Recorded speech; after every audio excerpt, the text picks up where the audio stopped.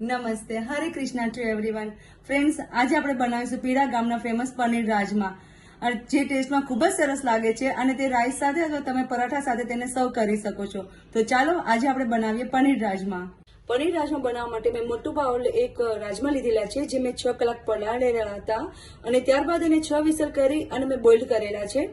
એક બાઉલ જેટલું પનીર લીધેલું છે, જે બારીક સમારેલું છે. એક બાઉલ જેટલું છીણેલું પનીર છે. 1 કપ જેટલું મેં ઘી લીધેલું છે. 1 કપ જેટલું બટર લીધેલું છે. એક બાઉલ જેટલું આદુ મરચાં અને લસણની પેસ્ટ લીધેલી છે. 2 મોટી ડુંગળી જે મેં પેસ્ટ બનાવેલી છે અને 2 ટમેટાની પેસ્ટ બનાવેલી છે. અડધો કપ જેટલું અમૂલ ફ્રેશ ક્રીમ લીધેલું છે. 2 કાશ્મીરી લાલ મિર્ચ, 1 ચમચી જેટલું હળદર, 1 ચમચી જેટલું કસૂરી મેથી, 1 ચમચી જેટલું કિચન કિંગ મસાલા અને 1 ચમચી જેટલું ચાટ મસાલા.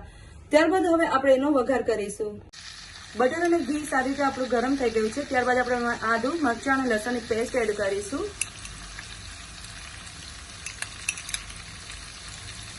એને સારી રીતે સાંતળવા દઈશું.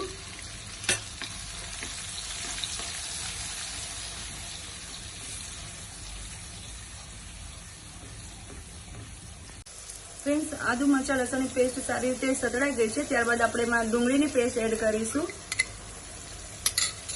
એ પણ સારી રીતે સતળાઈ છે. ત્યારબાદ આપણે ટમેટાની પ્યુરી એડ કરીશું. આદુ મરચાં લસણ ડુંગળીની પેસ્ટ સારી રીતે ચડી ગઈ છે. ત્યારબાદ આપણે ટમેટાની પ્યુરી એડ કરીશું. ત્યારબાદ કાશ્મીરી લાલ મિર્ચ,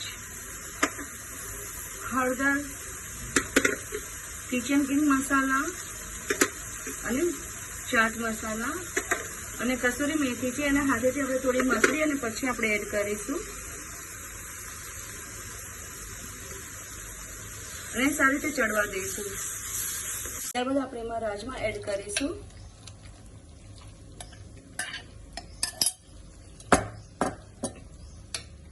ત્યારબાદ મેં જે બારીક સમારેલું પનીર હતું એ આપણે એમાં એડ કરીશું.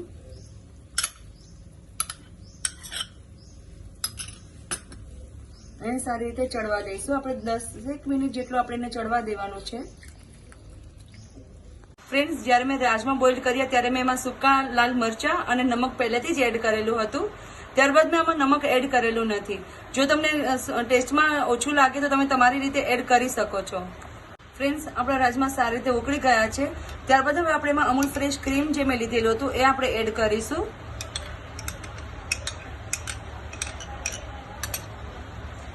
અને થોડું છીણેલું પનીર આપણે પહેલા એડ કરીશું.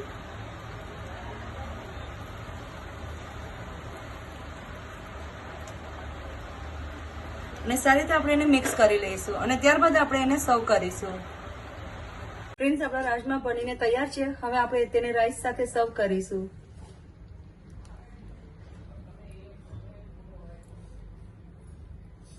અને મારી ઘરે જે ગેસ્ટ આવેલા હતા એ તમને ટેસ્ટ કરીને કહેશે કે કેવા બનેલા છે.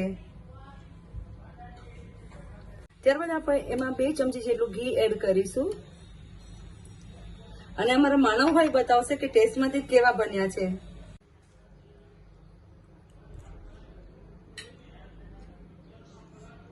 વાવ આંટી, સો ટેસ્ટી. Thank you.